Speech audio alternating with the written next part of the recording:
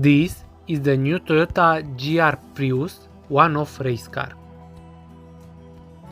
It is based on the 5th generation Prius hybrid and features an extensive aerodynamic kit. The kit contains a redesigned front bumper with motorsport multi-headlamps, a larger honeycomb intake, a pronounced splitter, 2 sets of canards, and a lighter carbon fiber hood. The profile gets black fender flares, side sill extensions, and racing hybrid decals. At the back, we'll find a fixed rear wing, a wide diffuser, and rear fender extensions.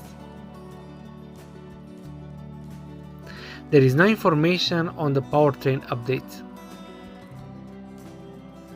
Guys, if you like the new GR Prius, please subscribe and hit the like button. Thanks.